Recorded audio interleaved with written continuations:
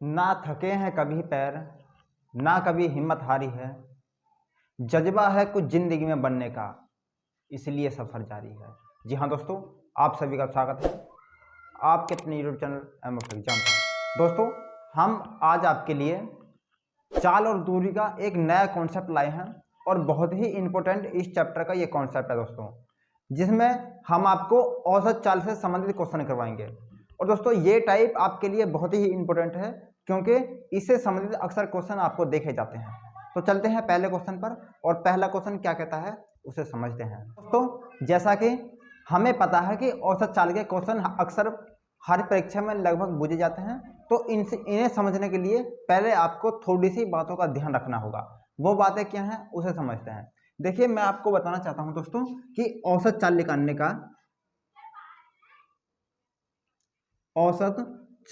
का दोस्तों फॉर्मूला जो आपको अपनाना है हर स्थान पर, वो अपनाना है 2xy upon x plus Y. और इसमें x और y किस चीज का रोल देते हैं उसे समझते हैं। देखिए, x का मतलब होता है पहली चाल, x का मतलब क्या होता है पहली चाल, और दूसरी y का मतलब क्या होता है दोस्तों दूसरी चाल।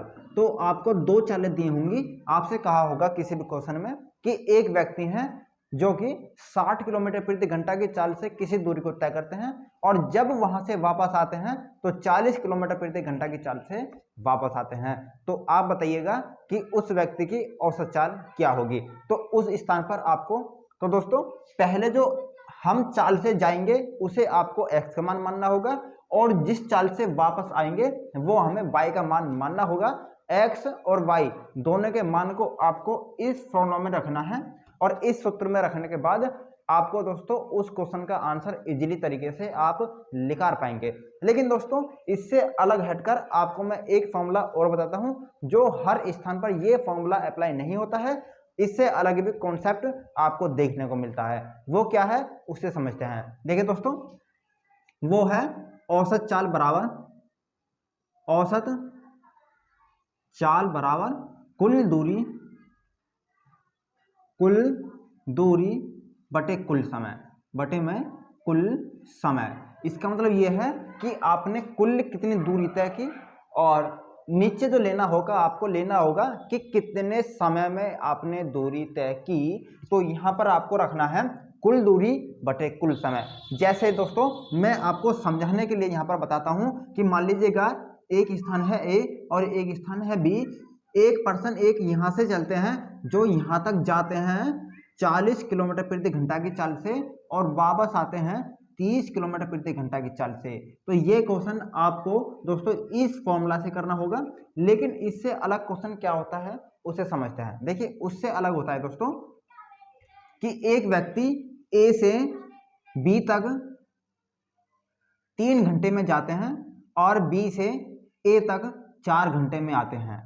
मतलब कोई भी व्यक्ति है जो जब A से B की तरफ को चलते हैं तो 3 घंटे लगते हैं, जबकि B से A की तरफ को आते हैं तो 4 घंटे लगते हैं। तो यहाँ पर देखिएगा, तो 3 घंटे जाने के और 4 घंटे आने के, तो 4 और 3 7 घंटे टोटल हमको उस दूरी को तय करने में लगे, जो दूरी हम गए और वहां से वापस आए। लेकिन A और B के बीच की दूरी भी तो कुछ होगी दोस्तों, तो उसी को ही हमको मानना होगा। मान लीजिएगा कि इनके बीच की दूरी 100 किलोमीटर है। तो अब आप बताइएगा कि पहले व्यक्ति 100 जाएगा फिर 100 आएगा, तो 100 जाने के और 100 आने के, तो 100 प्लस 100 बराबर 200 किलोमीटर दूरी हो जाएगी दोस्तों। तो 200 किलोमीटर दूरी को तय करने में वह व्यक्ति 7 घंटे लेता है। तो उसकी औसत चाल क्या होगी, इस फॉर्मूला से आपको निकालना होगा। ये फॉर्मूला आपका इस स्थिति में लगेगा जो कि यहाँ पर आपको दी गई है। तो देखिए दोस्तों, कुल दूरी जो होगी वो होगी 200 क्यों होगी, क्योंकि 100 जाने के B तक और B से 100 वापस आने के, तो 200 हो गई। समय कितना लिया दोस्तों 7 घंटे। यहाँ पर आप 200 में अगर 7 का भाग देंगे तो आपको दोस्तों उसकी औसत चाल लेकर जाएगी। तो दोस्तों, इस प्रकार के क्वेश्चन आपको अक्सर देखने को मिलते हैं। तो चलते हैं पहले क्वेश्चन पर, और उस क्वेश्चन के माध्यम से समझते हैं कि आप इनका प्रयोग किस प्रकार कर सकते हैं। तो दोस्तों देखिए, ये क्वेश्चन आपके सामने है। जो क्वेश्चन ये है, इस प्रकार क्वेश्चन आपको करने के लिए पहले उन दोनों चालों की आपको औसत चाल निकालनी होगी। तो क्वेश्चन क्या कहता है उसे समझिएगा। देखिए क्वेश्चन कहता है कि एक आदमी अपनी यात्रा को 8 घंटे में पूरा करता है।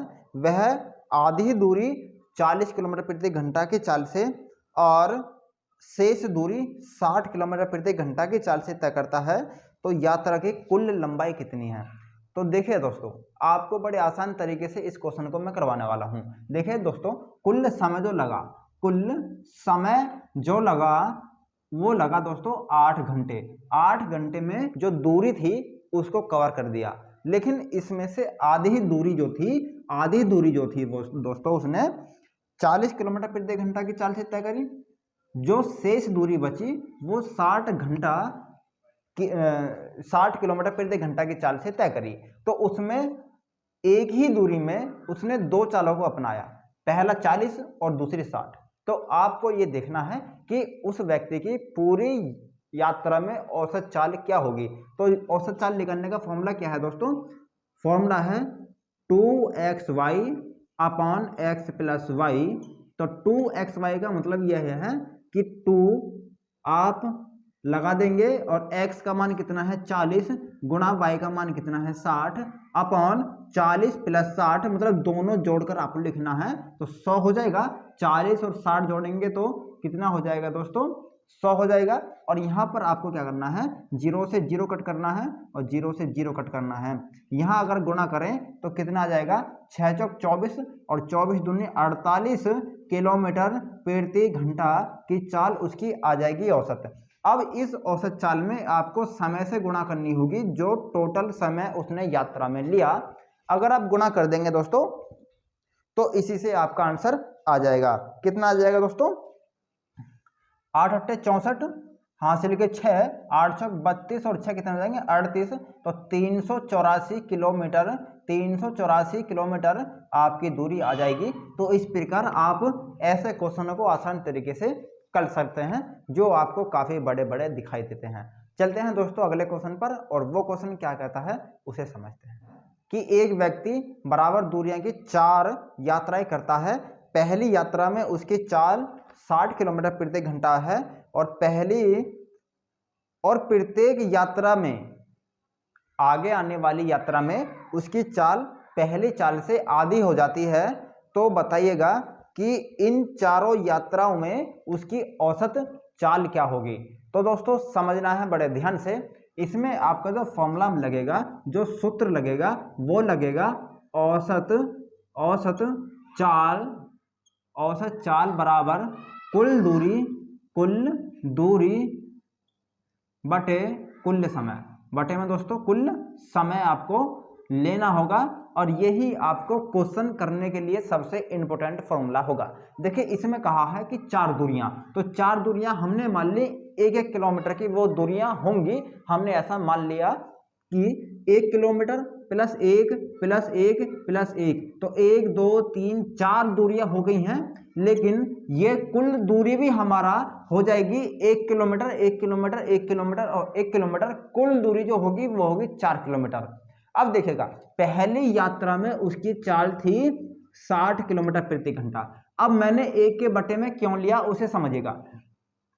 यहां पर अगर आपको पता हो तो यहां पर होता है चाल बराबर दूरी बटे समय, चाल बराबर दूरी बटे समय। लेकिन हमें यहाँ पर दूरी दी है 1 और चाल दी है 60, तो अगर हम दूरी में चाल का भाग देंगे तो समय निकल जाएगा दोस्तों। तो यहाँ पर 1/60 लेना होगा, तो ये हमारा समय आ जाएगा। तो दोस्तों इस प्रकार से हम यहाँ पर समय निकाल सकते हैं। तो दोस्तों पहली यात्रा की तो समय हो जाएगा 1/60 प्लस दूसरी यात्रा में जो होगा दूरी तो एक ही है, लेकिन जो चाल होगी इससे आधी होगी, क्योंकि क्वेश्चन ने कहा है कि प्रत्येक आगामी यात्रा में उसकी चाल पहली चाल से आधी हो जाती है। तो पहले चाल थी 60, आगे हो जाएगी 30, फिर अगली में तीसरी यात्रा में क्या होगा, दूरी एक ही है लेकिन इसकी आधी करेंगे तो 15 है, और इससे अगली वाली में दोस्तों दूरी एक ही है और इससे आधी करेंगे तो 15 और नीचे 2 आ जाएगा, क्योंकि 15 में अगर 2 का भाग देंगे तो 7.5 उसका दोस्तों मान आ सकता है। तो तो यहाँ पर जो बटे में 2 आएगा उसे हम 1 के स्थान पे ले जाएंगे, तो बहुत ही आसान हमारा क्वेश्चन हो जाएगा। तो जोड़ेंगे तो 1 2 3 4 किलोमीटर की दूरी ऊपर आ जाएगी। अपोने में क्या करना है, आपको एलसीएम लेना है नीचे 60, एलसीएम 60 लेने के बाद यहाँ पर दोस्तों एक ही आपको यूं ही रहने देना है, और 30 दूनी 60 होते हैं तो 2 लेना है आगे, प्लस 15 चौके 60 तो 4 लेना है, और यहाँ पर होता है 15 चौका 60, 4 की गुणा ऊपर करनी होगी 8 हो जाएगा। अगर तो दोस्तों यहाँ पर क्या आ जाएगा कि अगर हम यहाँ पर जोड़ें तो कितना आएगा, देखिए ऊपर है 4 तो 4 लिख देंगे, बटे में कितना है 8 और 4 12, 12 और 2 14, 14 और कितना हो जाएगा 15, 15 बटे में कितना है दोस्तों 60, और 60 किस प्रकार आया, क्योंकि नीचे वाली संख्याओं का एलसीएम लेने के बाद आएगा 60। तो यहाँ पर काटेंगे तो 15 गन्ना 15 और 15 चौका 60, और इस वाले 4 की ऊपर गुणा हो जाएगी तो 4 चौके 16, 16 किलोमीटर प्रति घंटा की चाल हमारी आ जाएगी, जो पूरी यात्रा की टोटल चाल आएगी। तो दोस्तों ये दोनों क्वेश्चन जो बहुत ही इंपॉर्टेंट थे और दोनों टाइपों से मैंने आपको समझाए हैं अलग अलग क्वेश्चन लेकर। तो उम्मीद है कि आपको ये दोनों क्वेश्चन और दोनों टाइपें आपको क्लियर हुई होंगी। मिलते हैं आपसे अगली वीडियो में, तब तक के लिए नमस्कार और जय हिंद।